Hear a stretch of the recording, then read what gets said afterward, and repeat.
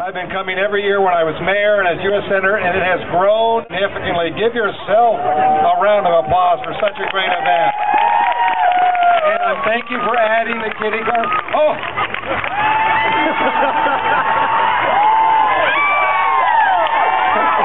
I can dance. Oh, I'm coming back every year for that, I'll tell you. And I am putting we need every dollar we can get in the federal treasury, so I'm hanging on to that. Thank you all very much. Thanks for adding the kiddie carnival. I brought my son Jacob again, and we appreciate it. We love coming out here. I'm just going to be very brief because there have been some good things happening in Washington. And I got to tell you, serving on the Armed Services Committee, having the opportunity to vote to repeal Don't Ask, Don't Tell was an unbelievable pleasure for me. They're busy writing the regs, they're moving forward, and we're going to make sure it's done right. So, again, I can't tell you what a pleasure that was to be there.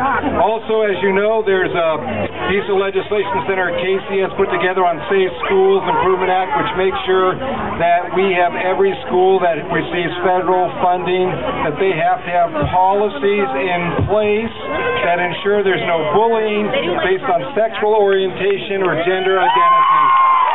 If they want our money, they have to do the right thing. And I'm proud to be one of those members that have sponsored that. Also another one, which is a bipartisan piece of legislation. I have to tell you, that's hard and far and few in Washington these days.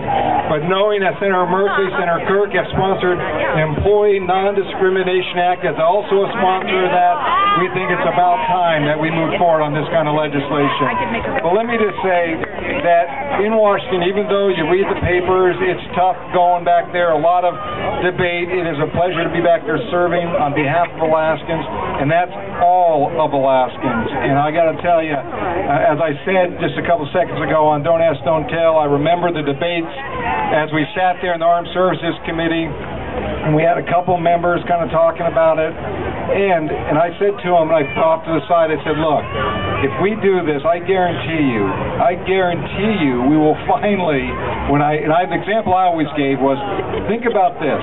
In the wars in Afghanistan and Iraq, and it doesn't matter where you stand on those wars, here's the issue that was most significant, and we use this as one of our great arguments, and that is, in Iraq, 12 of our countries that were allies had no discrimination policy. In Afghanistan, 9 of the countries that worked with us had no discrimination policies. And the question they always brought up was, well, if we repeal it, it's going to make our readiness worse.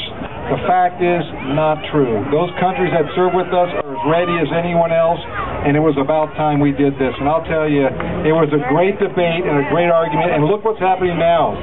We're actually moving forward on it, and we're not sitting there having a political battle over it. It's actually policy that the generals and the military are now embracing, and we will make sure, as a member of the Armed Services Committee, they fulfill the obligation and implement this law aggressively and do the right thing.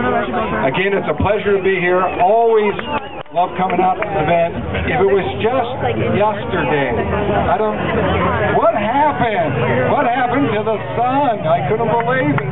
It's Alaska weather. My son, here's the problem. We come from Washington. It's 90 degrees, 90% humidity.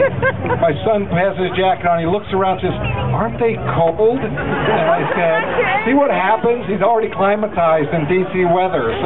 But thank you all very much. It's an honor to be here. It's an honor to serve you in Washington. Thank you. Senator Mark Begich, thank you so very much. Thank you.